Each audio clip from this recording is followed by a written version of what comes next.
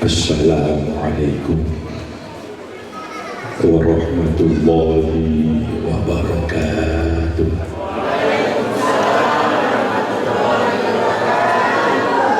Bismillahirrahmanirrahim. Alhamdulillahil qail wa ma arsalnaka illa rahmatan lil alamin. Wassalatu wassalamu ala sayyidina Muhammadinil qail innama bu'ithu liutammima makarimal akhlaq. Rabbi shrah li sadri wa yassir li amri wahlul 'uqdatam min lisani yafqahu qawli, amma ba'd.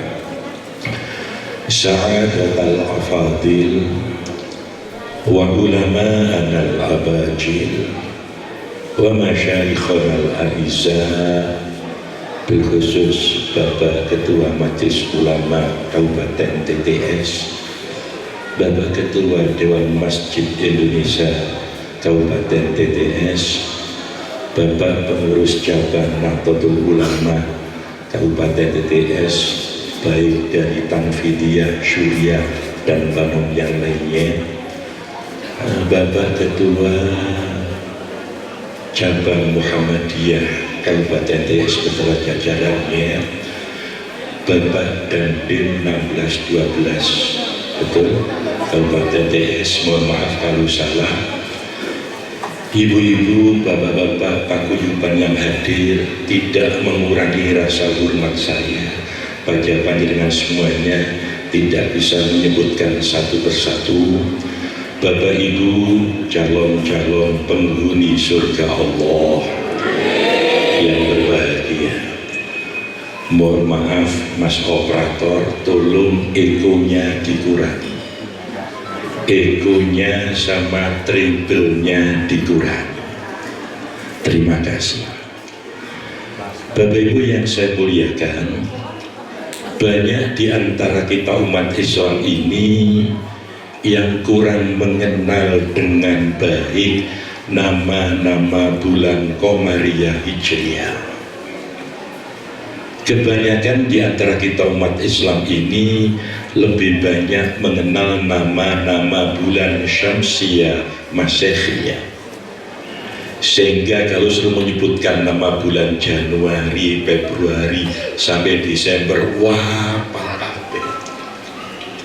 coba suruh menyebutkan nama-nama bulan Qamariyah Hijriyah, Muharram, Safar, Rabiul Awal, Rabiul Tsani, Jumadil Ula, Jumadil Tsani, Rajab, Sya'ban, Ramadan, Syawal, Dzulqa'dah, Dzulhijjah, kangger wong apa. Lek masyarakat Jawa, Syawal, Selo, Besar, Suro, Sapar, Mulut, bakto mulut, Cangkem, bakto cangkem. Allahumma sholli ala Muhammad. Mohon maaf, saya sambil berdiri jalan-jalan. Bapak Ibu yang saya muliakan, pertanyaannya sekarang adalah, kenapa bulan Rabiul Awal kok berubah menjadi Maulud? Bulan Muharram kok dikenal dengan masyarakat Jawa bulan Syura? Kalau kita berbicara kenapa Rabiul Awal berubah menjadi Maulud, Muharram berubah menjadi Syura, maka kita tidak boleh lupakan jasa Sultan Agung. Dalam hal ini nanti berpusat kepada asalnya yang namanya Sunan Kalijogo. Dulu ada Bapak Ibu namanya Sunan Kalijogo, sekarang tidak ada. Sing wakil saya Sunan Jogo Kali. Wakil. Mohon maaf. Kenapa tanyakan begitu? Ditanya kenapa Rabiul Awal berubah menjadi Maulud? Ini auden masyarakat itu dalam rangka untuk memberikan pemahaman pada masyarakat awam. Satu di antara dakwah yang dilakukan oleh para wali songo itu adalah prinsipnya bagus. Pertama, merangkul, tidak memukul, menasehati, tidak mencaci maki, mengajak tidak mengejek. Makanya Islam diterima dengan sangat welcome. Ditanya kenapa Rabiul Awal berubah menjadi Maulud? Iya, sebab pada tanggal 12 Rabiul Awal di Makkah Al-Mukarramah telah dilahirkan seorang laki-laki namanya Muhammad. Anak yang dilahirkan itu bahasa Arabnya Mauludun. Kalau kita pernah belajar grammar bahasa Arab al-musharraf, asal kata walada yalidu wiladatan fa huwa walidun wa dzaka mauludun. Ini namanya isim maf'ul. Anak yang dilahirkan itu bahasa Arabnya mauludun. Kalau maulidun itu hari kelahiran. Mohon maaf, agak nyimpang sedikit. Nanti tanggal 8 Oktober persisnya 12 Rabiul Awal di Jogja itu ada akulturasi budaya namanya Gerebekan Sekaten. Asal kata syahadaten, 2 kalimat syahadat. Siapapun waktu itu yang datang mengikuti Gerebekan Sekaten nanti pulang akan mendapatkan kue namanya apem. Tidak tahu apa bahasa timur sini. Orang Jawa apem, ya moga-moga podo apem nih. Mohon maaf, siapapun yang datang tanpa dibedakan strata sosialnya, tanpa dibedakan latar belakangnya, kalau datang dengan kesadaran mengucapkan 2 kalimat syahadat, syahadaten sekatenan, maka dosa-dosa sebelum Islam akan mendapatkan pengampunan dari Allah. Ditandai dengan pembagian kue yang namanya apem. Apem itu Bapak Ibu asal kata afun. Afun akan mendapatkan pengampunan. Wong biyen ya sama afun boleh dadine sejarah. Itu pendekatan dakwah lewat akulturasi budaya. Saya nggak menjelaskan itu. Bapak Ibu yang saya muliakan, setiap kita memperingati Mauludan atau Maulid sama saja, kita sering mendengarkan istilah junjungan kita Nabi besar. Setiap seremonial apapun, baik MC-nya, baik memberikan kata sambutan, bahkan narasumbernya sering menyebut kata-kata junjungan kita Nabi besar. Pertinyi ini kan begitu itu ya. Pertanyaannya, di mana letak kebesaran baginda Rasulullah Muhammad Sallallahu Alaihi Wasallam? Agar ngaji malam ini agak kronologis dan sistematis, lan muga-muga rotok gelis. Gelis itu cepat. Mohon maaf. Ada kitab kuning klasik namanya Siratu Hayati Muhammadin yang ditulis oleh Al-Allamah Ibnu Hisham. Di sana dijelaskan natijah, konklusinya ada 3 faktor yang mengantarkan Rasulullah mendapatkan predikat junjungan kita Nabi besar. Pertama, ismuhu, namanya. Yang nomor 2, khuluquhu, akhlaknya. Yang nomor 3, syariatuhu, syariat ajaran yang dibawanya. Pertama, ismuhu, namanya, yaitu Muhammad. Artinya orang terpuji. Mohon maaf, Abu Lahab pamanda beliau tercinta itu sering ingin menjatuhkan nama Nabi kita Muhammad. Gak bisa. Sebentar lagi datang orang gila yang membawa agama baru, gak pernah menyebut Muhammad, tapi kebacut siapa? Muhammad. Tetap orang terpuji. Maunya ingin menjatuhkan namanya orang gila, orang gila. Ditanya siapa? Muhammad, berarti orang terpuji. Tidak bisa.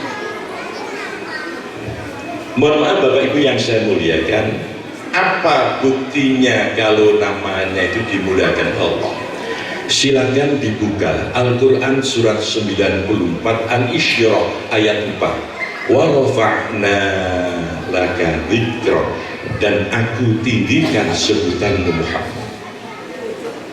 Setiap nama Allah disebut mesti nama Muhammad katut.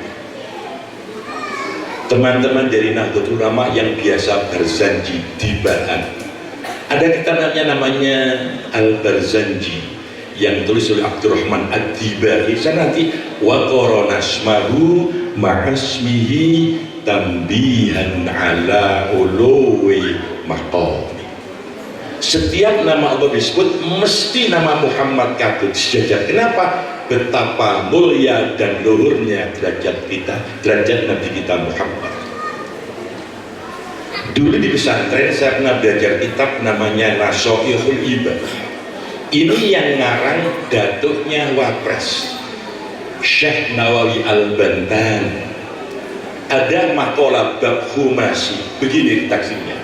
Wal maqalatus tsaminatu qala jumhurul ulama'i innallaha ta'ala akrama nabiyahu Muhammadan sallallahu alaihi wasallam bi khamsi karomatin.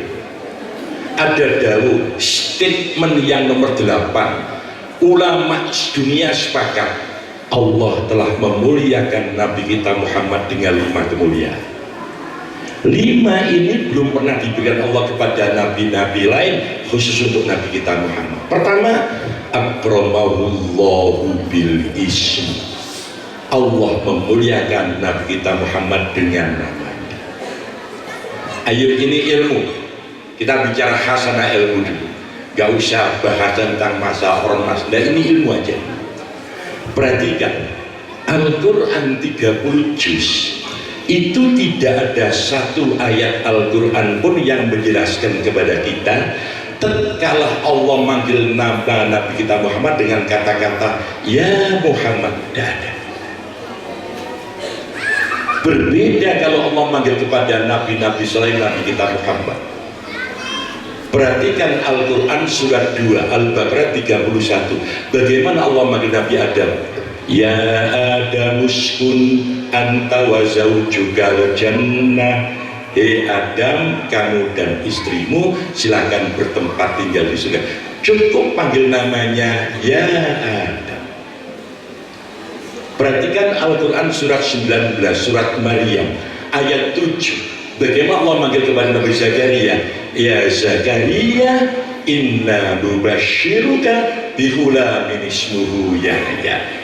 Zakaria, kamu tak kasih berita bahagia akan lahir namanya Yahya. Perhatikan Al-Quran surat 19 Maryam ayat 12. Ya Yahya khudil kitabah bikuwah.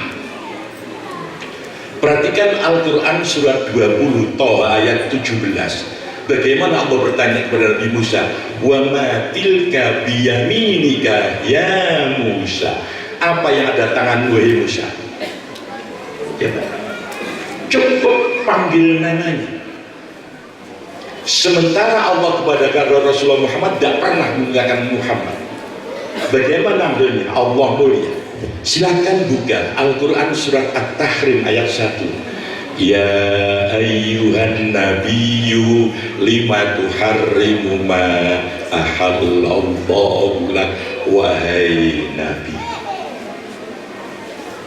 Perhatikan surat Al-Ahzab nanti ya, surat 33. Allah manggil ya Rasul dan lima unsur. Wahai utusanku, sampaikan apa yang kita padamu. Apa artinya? Allah saja memanggil Nabi kita Muhammad dengan sebutan mulia. Kalau kita pernah belajar ilmu balaghah sastra, itu menyangkut rasa. Redaksinya menggunakan ya, yang satunya ayyuha. Iya itu Pak, penggunanya untuk orang di bawah kita. Kalau ayyuha minimal sepadan atau yang kita muliakan. Iya itu la ayyuha wahai. Allah tidak pernah manggil ya Muhammad, tidak ada yang begitu. Apa artinya? Kalau Allah saja memanggil Rasul dengan sebutan mulia, paling tidak ini wacana ilmu, kita manggil Rasul dengan sebutan mulia. Anak kepada orang tua saja minimal bapak, ayah, papa, pipi, dedi, buya, abi, entut. Kira-kira berani ndak ada anak manggil orang tuanya dengan namanya? Misalnya ada orang anak namanya Harap, nama berani nggak? Berani nggak? Ini menyangkut etika. Ini menyangkut etika. Masya Allah. Ada orang namanya ibu, namanya Nafisa. Kira-kira berani nggak ibunya sama anaknya? Saya Nafisa. Namanya nggak punya toto krama. Bagaimana masyarakat Jogja memanggil rajanya Sri Sultan Hamengkubuwono? Tidak masalah. Masyarakat Jawa ada namanya yang namanya Ziarah Wali Songo, itu religi. Manggilnya Sunan asal kata sesunan. Ingat, semua wali di bawah Rasulullah Muhammad Sallallahu Alaihi Wasallam. Makanya secara pribadi saya kalau manggil Rasulullah nggak dari Muhammad. Aki sopo manggil Nabi itu dengan Muhammad. Kata orang Jawa itu jambal, ngoko, tidak punya unggah-ungguh. Adik kepada kakaknya kakak. Dalam kultur budaya masyarakat Jawa, orang berbicara dengan yang sepuh itu lain, Pak. Kepada yang tua panjenengan, kepada yang agak tua sampean. Nek podo-podo kon riko diko peno awakmu rek Surabaya raimu. Ini strata. Rasul itu manusia pilihan.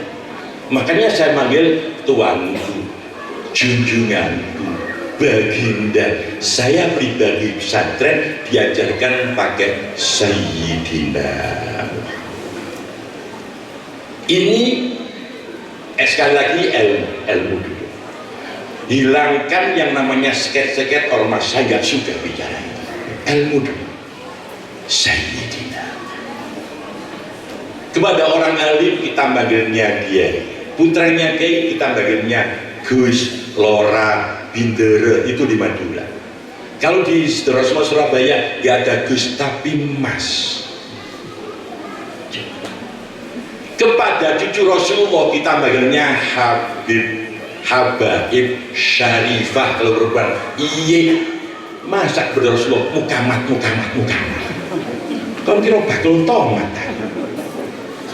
Kepada anak cucunya aja Habaib kita panggilnya Habib. Dadah pada datunya Muhammad. Saya nggak bisa. Paling tidak tuanku atau Muhammad Rasulullah atau Rasulullah Muhammad tersebut. Pertama ismuhu, namanya.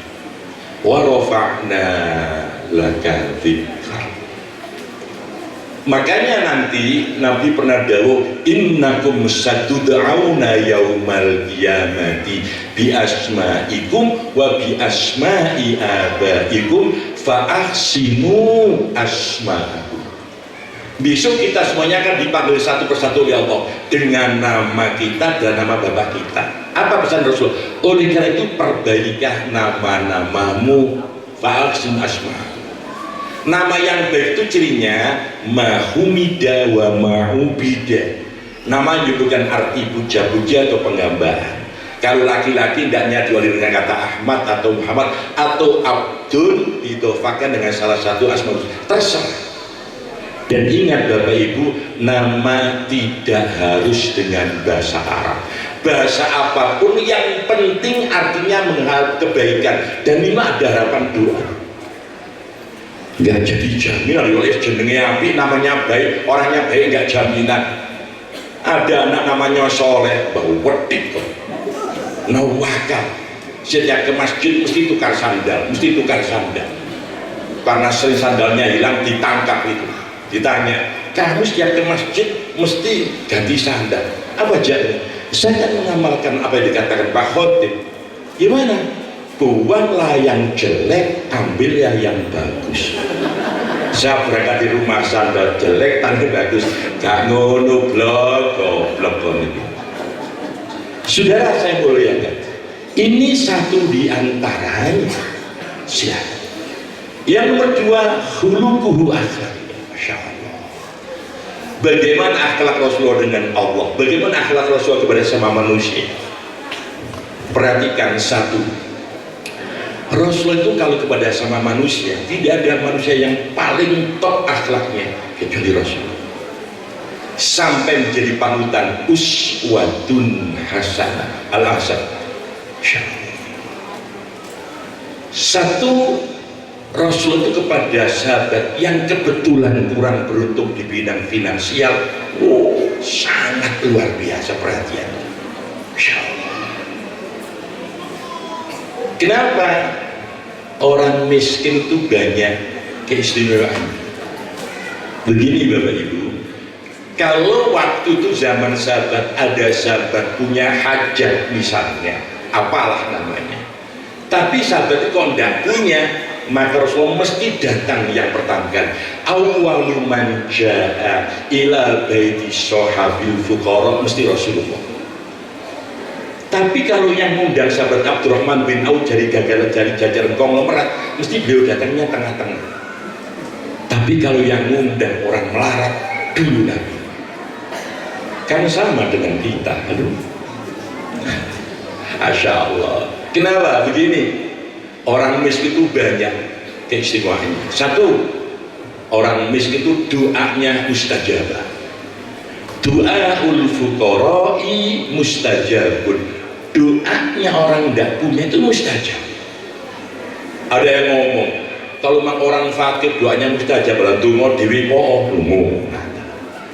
Saya ingatkan Pak, doanya fuqara itu sangat mustajabah kalau mendoakan sampai.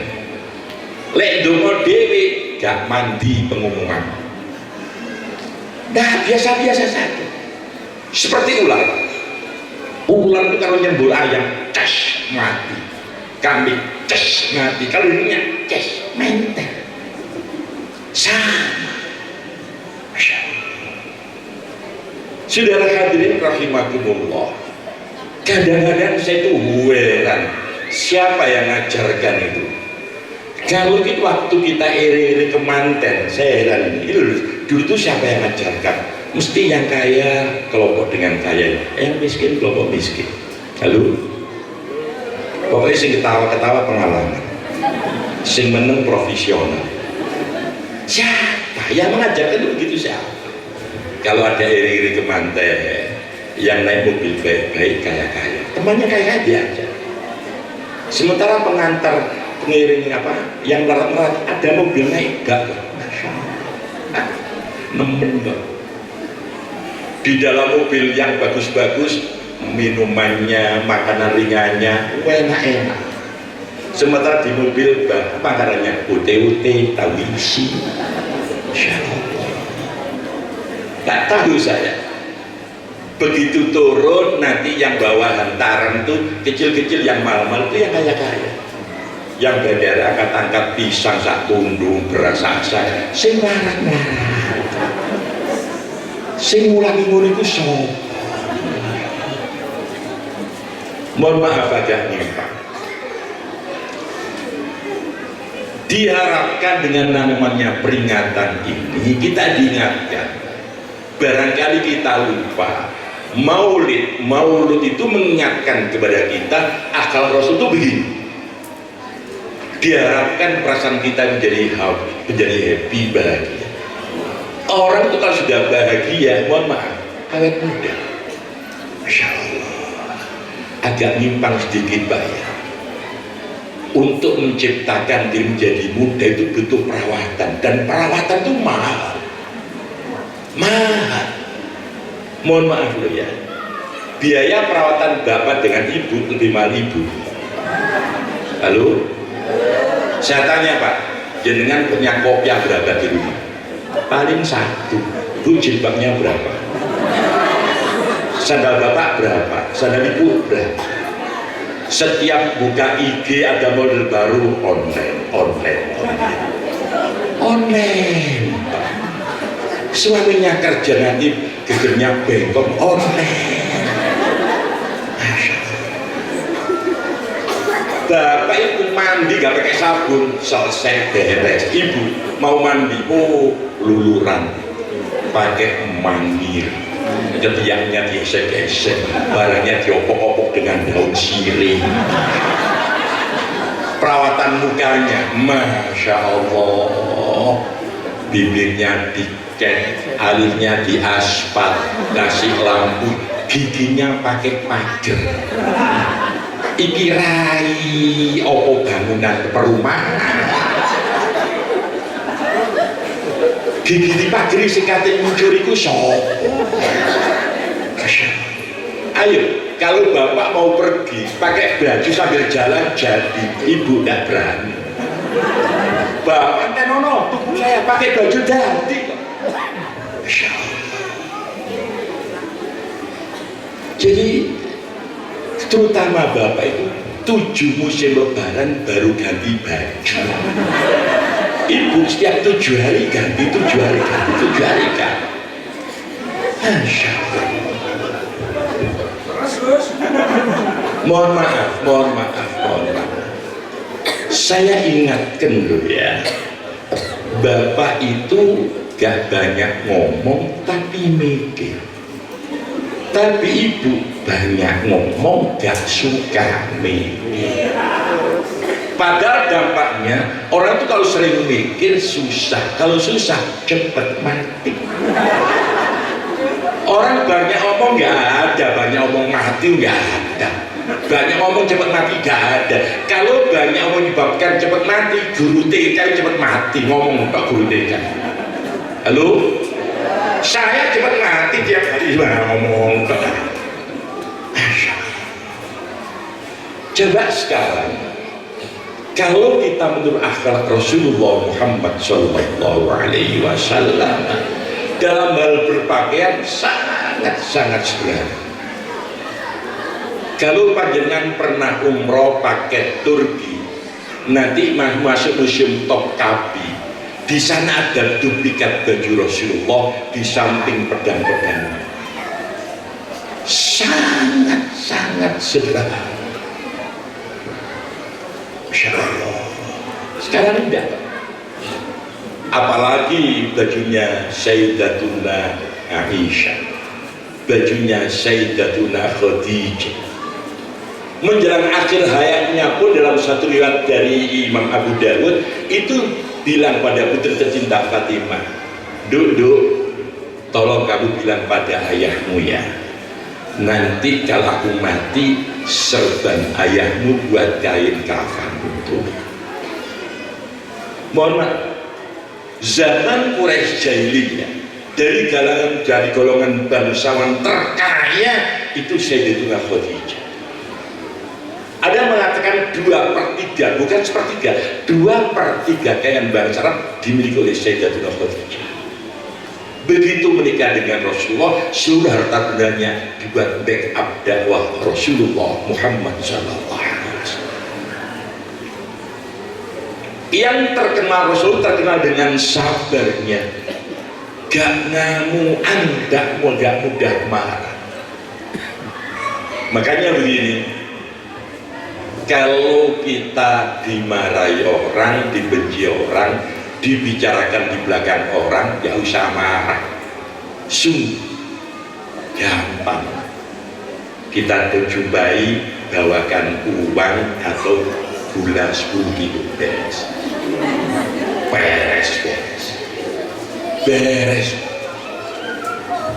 Satu di antara apa? Waktu Rasul masih di Mekah, itu setiap berangkat sholat di Masjidil Haram, itu ada orang Quraisy itu mesti meludahi Muhammad. Jelek kamu mah. Rasulullah nggak pernah marah. Dia dapat seminggu, orang yang biasa meludahi ini sakit. Akhirnya 2-3 hari nggak meludahi. Rasulullah bertanya, Abu Bakar, mana ya orang yang biasa meludahi saya itu? Mohon maaf ya Rasulullah, beliau sakit. Cepat pulang bilang pada Sayyidatuna Khadijah, hari ini kamu punya masakan apa? Memangnya kenapa? Itu ada tetangga kita dekat Masjidil Haram yang sakit, tolong diberikan masakan. Dibawa. Assalamualaikum, gak ada jawaban. Waalaikumsalam. Masuk. Siapa kamu? Langganan yang biasa kamu ludahi. Ada apa? Saya dengar dengan sakit. Ini ada makanan siap saji dari istriku. Siapa Anda? Aku Muhammad yang biasa kamu ludahi. Apa yang terjadi? Dia menangis, menyesal, minta maaf. Dan saat itu juga dia mengucapkan 2 kalimat syahadat. Merangkul, tidak memukul. Menasehati, tidak mencaci maki. Mengajak, tidak mengejek. Mohon maaf loh ya, kita hidup bermasyarakat itu biasanya ono daerah satu dengan lainnya. Nabi pernah dawuh likulli dzi nikmatin mahsudun.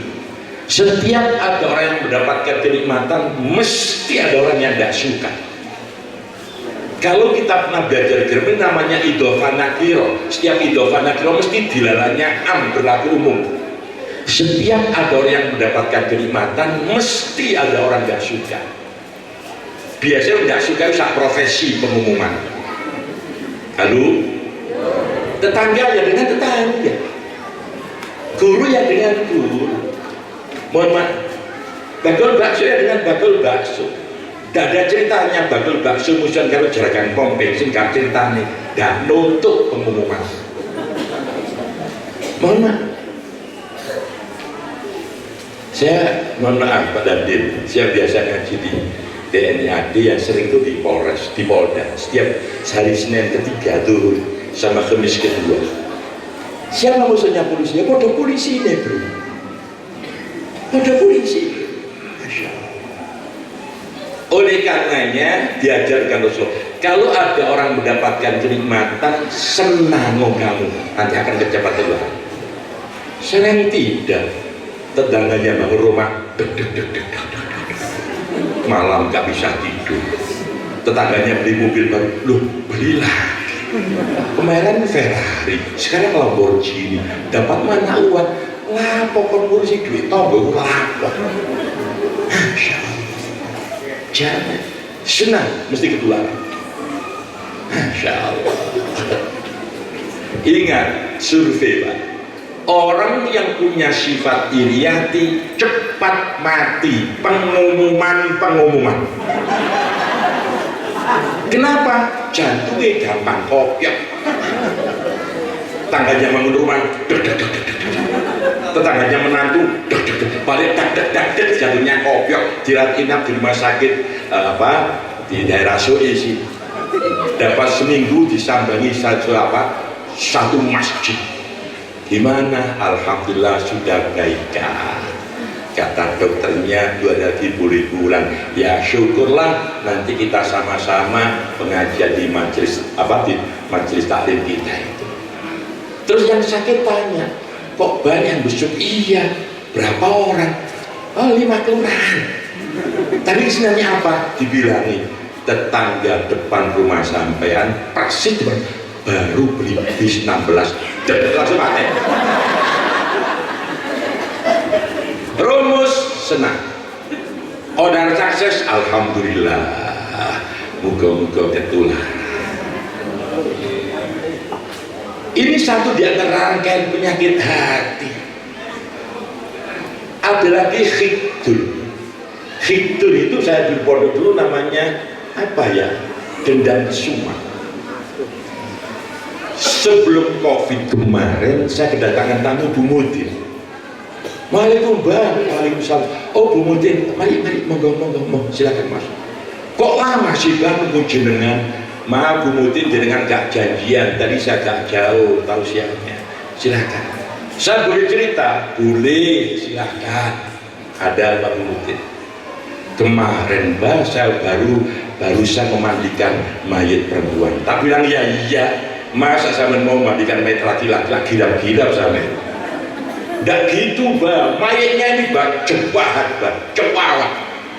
Saya nggak penasaran diomong mana-mana, wayang diomong mana-mana, sakit Bang. Terus saya nggak berani balas Bang, mereka orang kaya dan saudaranya banyak. Terus saya nyanyi, awas.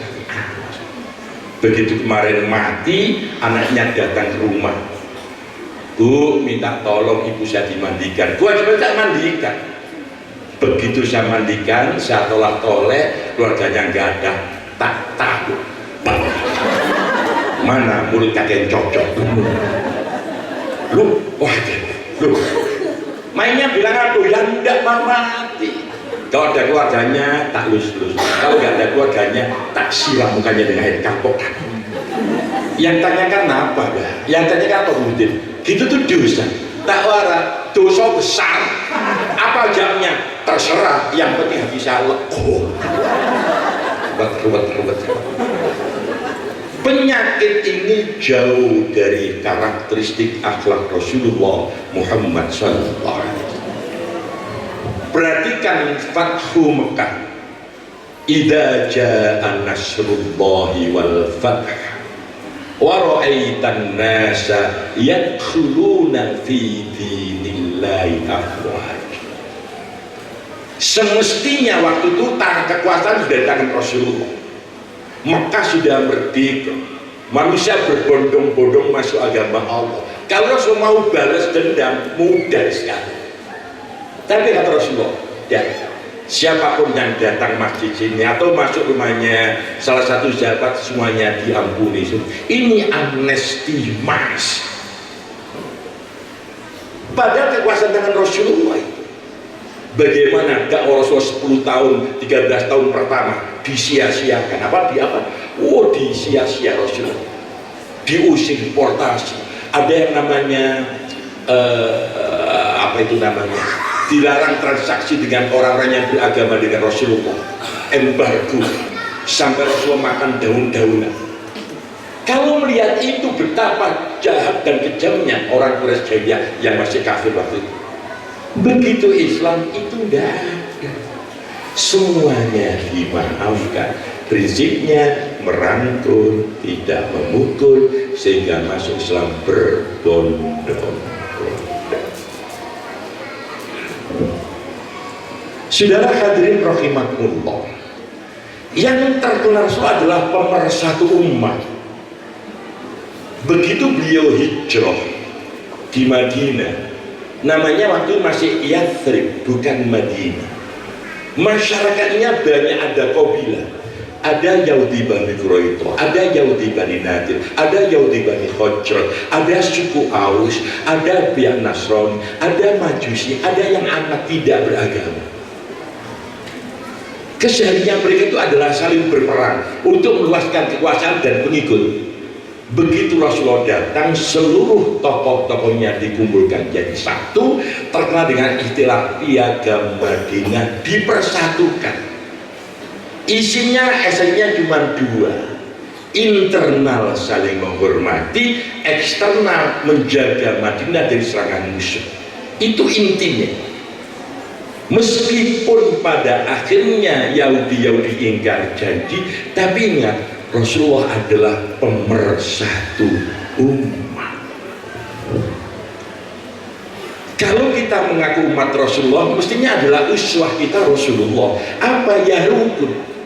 Betapa solidnya masyarakat Muslim di Suriah. Ada paguyuban macam-macam, ada orang macam-macam. Setiap satu punya kegiatan disupport, di backup dengan yang lainnya, sehingga kegiatan banyak seperti ini. Mudah-mudahan dengan semuanya termasuk calon penghuni surga Allah Subhanahu. Saudara hadirin rahimakumullah, ini satu hal yang dahsyat. Makanya mohon maaf, saya mengatakan di mana-mana sesuatu yang asalnya berbeda, kalau rukun menjadi indah dan nikmat. Perhatikan bahan-bahan untuk membuat sambal. Kalau satu persatu udah enak. Lombok silakan makan sendiri, udah enak. Garam makan, udah enak. Yang namanya terasi makan, udah enak. Tapi begitu rukun jadi satu, sedep.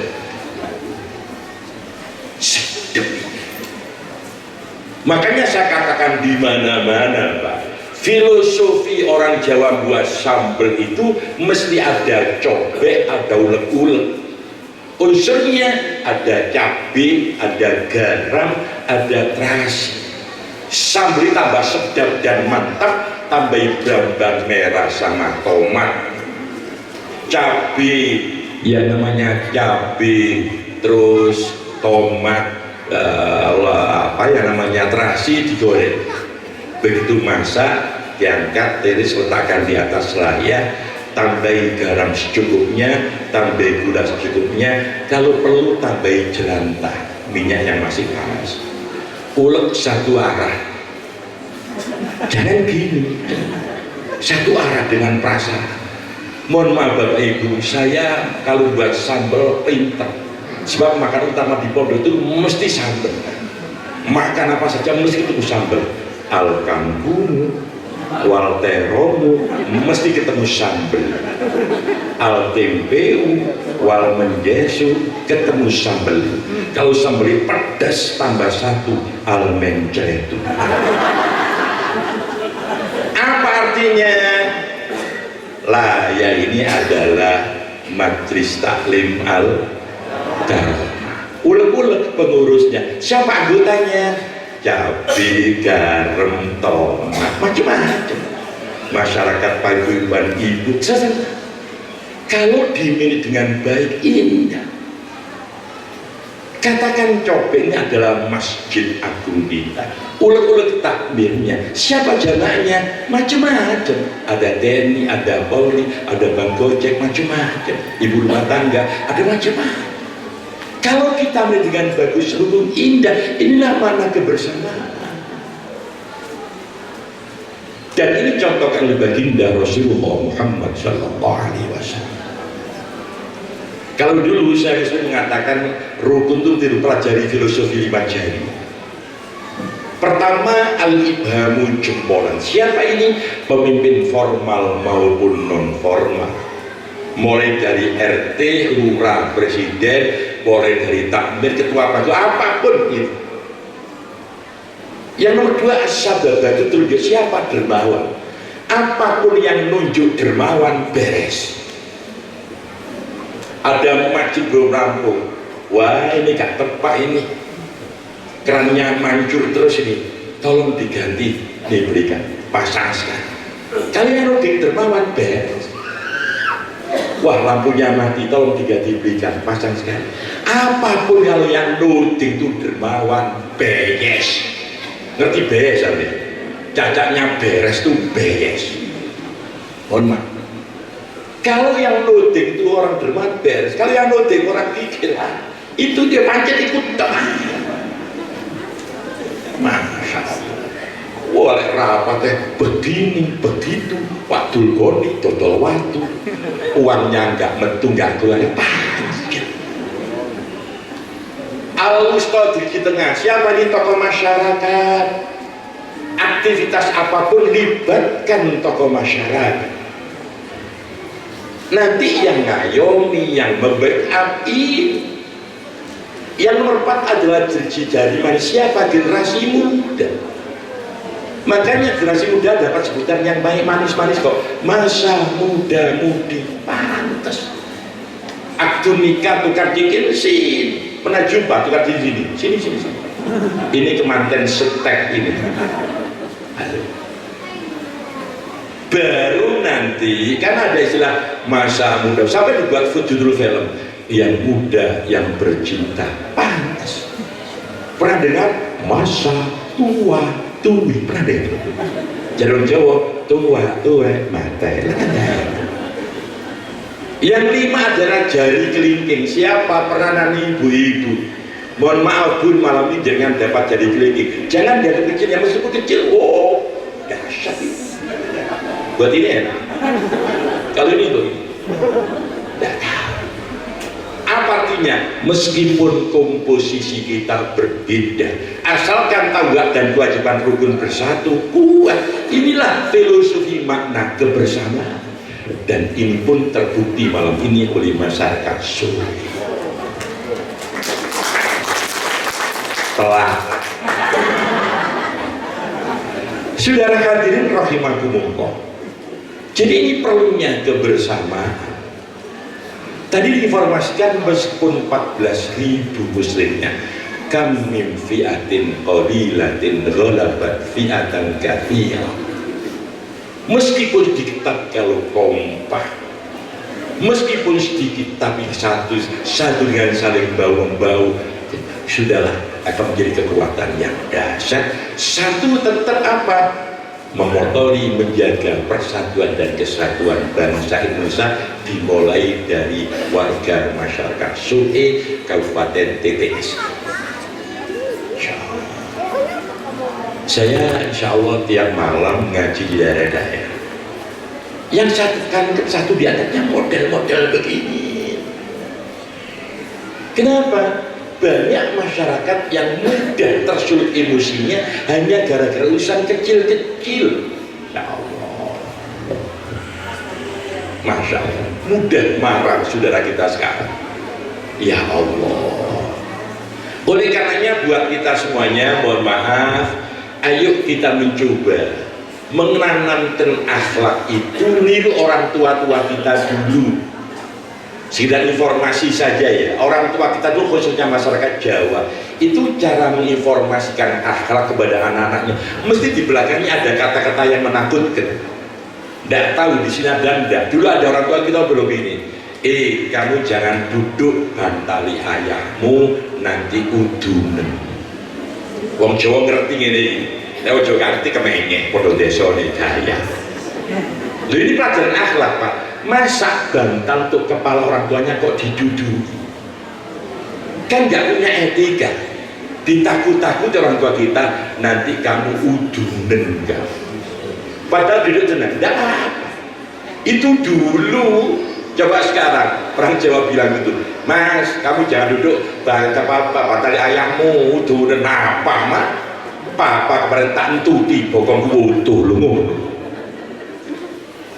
Kamu jangan meludah di sumur, nanti sombeng kan.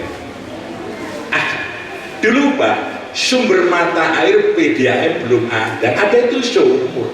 Masa air sumur buat masak, buat mandi, buat cuci-cuci, kok kamu ludahi? Ditakut-takuti, kamu jangan ludah di sumur, sombeng takut. Kamu jangan main konang, konang nanti konang itu kutunya orang mati. Anak sekarang kasih dulu gak percaya. Konang ya konang memang dijelaskan dulu listrik belum masuk di desa. Gak ada HP dulu, TV aja yang punya satu kecamatan satu hitam putih lah. Kalau malam mainannya apa? Orang dulu tuh gebak sodor, petak umpet, tekongan. Kalau ada konang dikejar, masukkan pasti guru yang punya lampu petromak gitu. Nah malam itu waktunya belajar sama ngaji. Hanya gara-gara konsentrasi mainan konang, ngaji belajarnya sudah nggak terkonsentrasi, takut-takuti. Kamu jangan main konang. Nah konang hukumnya orang mati, takut ngaji lagi, belajar lagi. Itu dulu begitu. Konang itu mesti keluarnya malam, kalau keluarnya siang namanya konangan. Ini akhlak. Artinya apa? Adaptatif dengan budaya setempat, tapi esensinya tetap satu apa? Akhlak. Bisa jadi akulturasi budaya masyarakat Sue dan sekitarnya punya budaya-budaya semacam kaitannya dengan mengangkat akhlak, tapi esensinya tetap satu apa? Dilu akhlak Rasulullah Muhammad Sallallahu Alaihi Wasallam. Saudara hadirin rahimakumullah, bagaimana kepeduliannya Rasulullah kepada fuqara masakin dan rakyat yatim? Luar biasa, luar biasa. Oleh karenanya buat kita semuanya saya mohon maaf, satu hal, kalau kita mengaku cinta Nabi, paling tidak satu, perbanyak baca sholawat. Nanti ini dalam hal ucapan dulu. Perhatikan Al-Quran surat 33 ayat 56. Jenengan sudah hafal, innallaha wa malaikatahu yusholluna 'alan nabi ya ayyuhalladzina amanu shollu 'alaihi wa sallimu taslima. Perhatikan, Allah memerintahkan kepada kita untuk sholat, tapi Allah tidak pernah sholat. Ayo kita kupas dulu. Ini ilmu dulu. Allah merintahkan kita bayar zakat, Allah tidak pernah bayar zakat. Allah memerintahkan kita untuk puasa, tapi Allah tidak pernah puasa. Allah memerintahkan haji bagi mereka yang mampu, tapi Allah tidak pernah haji.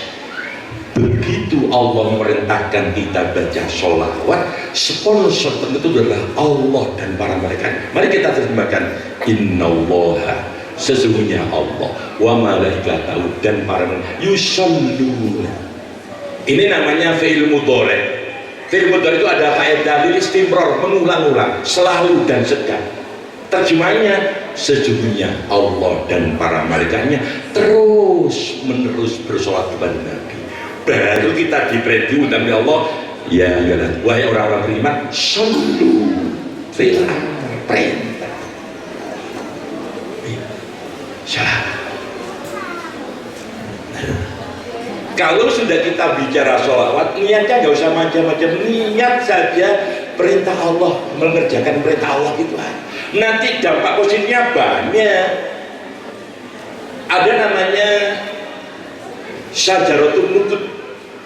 Bacaan sholawat kalau kita baca istiqomah, satu sisi akan mendatangkan nilai kecintaan Rasul kepada kita, sisi lain dampaknya rezeki kita akan dimudahkan oleh Allah. Namanya Bapak Ibu syajaratul nutut. Ini kan namanya syajaratul nutut, pohon yang ada uangnya. Halo? Kalau jenengan pingin rumah jenengan ada pohon yang ada uangnya, gampang. Setiap habis sholat isya baca sholawat 400 kali. Halo? Masya Allah. Nabi pernah dawuh begini, riwayat Imam Abu Dawud, aktsiru alayya sholata yaumal jum'ati, perbanyaklah baca sholat kepadaku pada hari Jumat. Jadi perintah sholat itu langsung dari Allah. Al-Ahzab 33 ayat 56. Nabi sendiri minta. Ulama ditanya, utama mana kita baca sholat dengan baca istighfar? Rata-rata menjawab utama baca sholat. Orang baca sholawat itu garasinya sekali sholawat balasannya 10 kebaikan dari Allah, 10 dosa kita diampuni, 10 derajat kita diangkat oleh Allah. Kalau istighfar, 1 dosa kita diampuni, 1 kebaikan diberikan, 1 derajat diangkat oleh Allah. Nomor 2, istighfar bisa diterima, bisa tidak, tapi sholawat langsung naik. Sholawat terserah, pakai lagu-lagu monggo, tidak pun tidak ada masalah. Yang terpendek sallallahu Muhammad. Jenengan pakai sayyidina atau tidak, aku gak ngurus. Sing penting stressingnya perbanyak baca sholawat. Kalau bisa kata ulama salafus soleh, ayo bareng-bareng nanam pohon uang di depan rumah kita. Caranya setiap habis sholat isya baca sholawat sebanyak 400 kali. Allahumma sholli ala sayyidina Muhammad wa ala sayyidina Muhammad wa yang niatnya jangan biar tidak, tetap mengharapkan ridho Allah, mengikuti perintah. Nanti apa akarnya, dampaknya rezeki kita akan dimudahkan oleh Allah. Halo Bun, mohon maaf kalau ngomong rezeki message-nya jangan terlalu bersempit. Selama ini masyarakat awam ngomong rezeki itu mesti message-nya uang. Ngomong rezeki mesti konotatifnya adalah uang. Uang itu bagian kecil dari rezeki. Jangan lupa awak waras itu rezeki. Rumah tangga yang tentram dan damai itu rezeki. Putra putri yang soleh solihah itu rezeki. Putra putri yang sukses itu rezeki. Tonggo kanan kiri sing gak tapi kakek cocok itu ya rezeki. Halo, robot loh. Masya Allah, rezeki lah. Yang namanya nikmat waras sehat itu mahal. Di Jawa Timur ada orang kaya, saking kayanya rumahnya itu ada helipadnya 2, tempat landing helikopter pribadi itu 2, jetnya diparkir di Juanda itu 2. sekarang orangnya sakit. Pengobatan luar negeri seperti kita ke ibu kotanya, kita ke kantor Pemkab SUE begitu.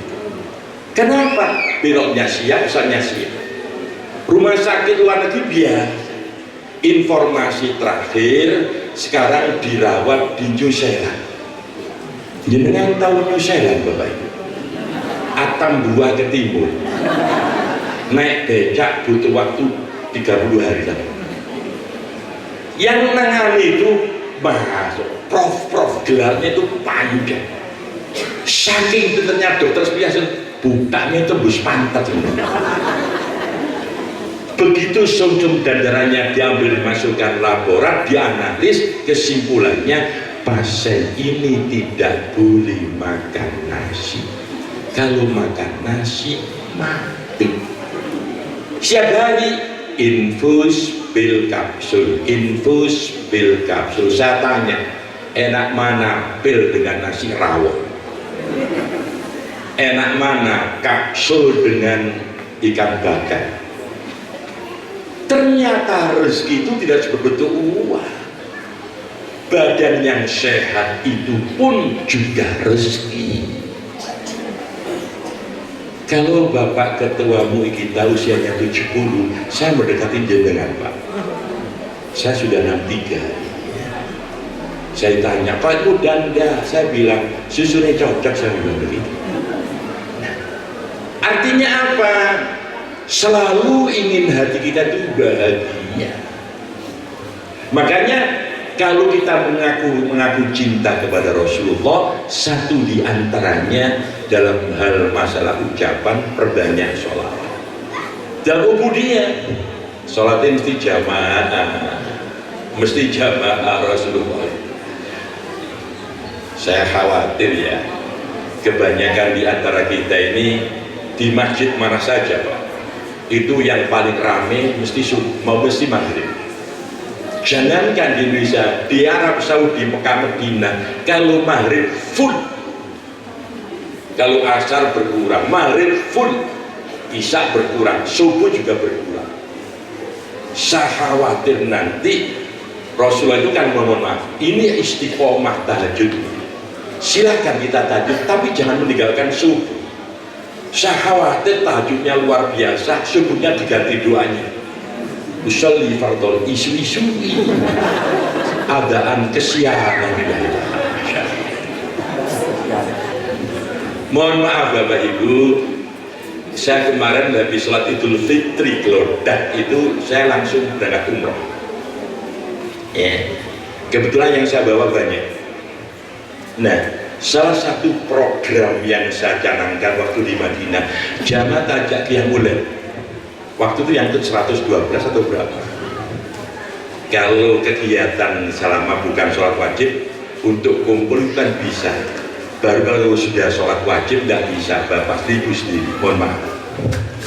Sudah tak bagi 2 soft, 3 soft Bapak di depan, 3 soft Ibu di belakang. Tak kasih motivasi. Bapak Ibu yang saya muliakan, mari kita qiyamul lail. Salah satu yang bisa mengantarkan derajat kita ini terpuji, bukan tinggi, terpuji, otomatis tinggi. Itu diantara jalan tahajud. Faminal laili fatahajjad bihi nafilatan lak asa yab'atsaka rabbuka maqaman mahmuda. Terpuji. Saya bilang tahajud kita nggak usah banyak-banyak, 4 rakaat saja, 2 salam. Rokat pertama yang gak lancar surat-surat panjang cukup rokat pertama setelah baca Al-Fatihah kita baca Al-Kafir, rokat kedua setelah Fatihah surat Ikhlas. Ada yang usul,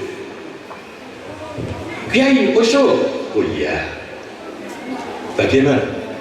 Bagaimana kalau tahajud kita niru tahajud Rasulullah, mumpung di masjid Rasulullah, di bumi Rasulullah, di kota Rasulullah.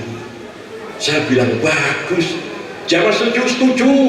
Tak tanya, Bapak tahu nggak tahajud Rasulullah? Datang. Tak kasih tahu Pak ya sampai. Tak kasih tempe bukan tahu. Rasulullah itu kalau tahajud, riwayat dari Imam Abu dari sahabat Hudzaifah, Rokat pertama setelah baca Al-Fatihah itu baca surat Al-Baqarah.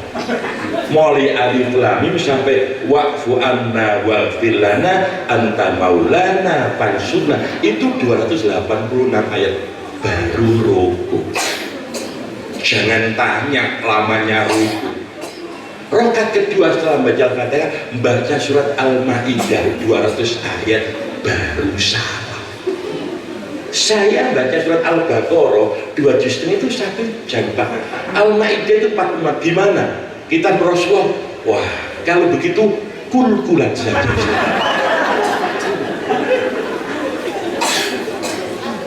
Jadi saudara, saya minta maaf, kalau kita mengaku cinta kepada Rasulullah, silahkan maulid. Ini salah satu sarana dakwah kita. Namanya saja peringatan.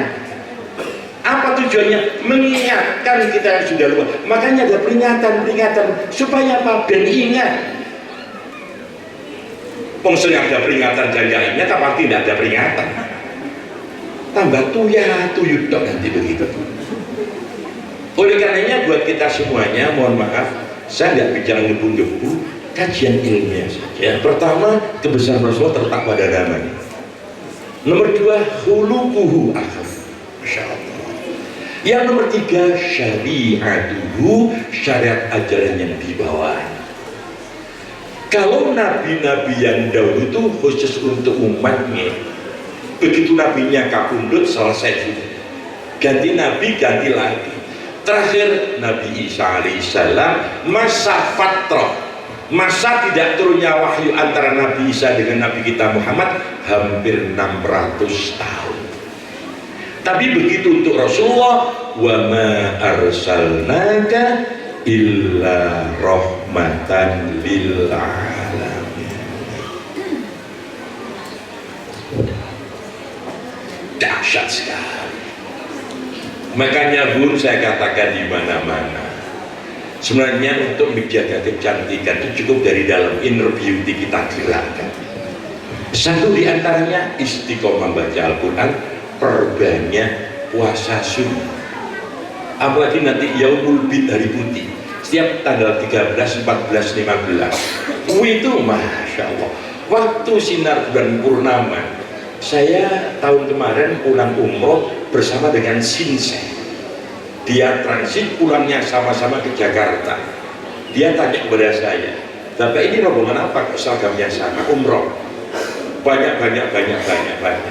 Saya dengar di agamamu diajarkan puasa 3 hari ya di samping Ramadan. Iya. Apa namanya? Yaumul Bid, hari putih.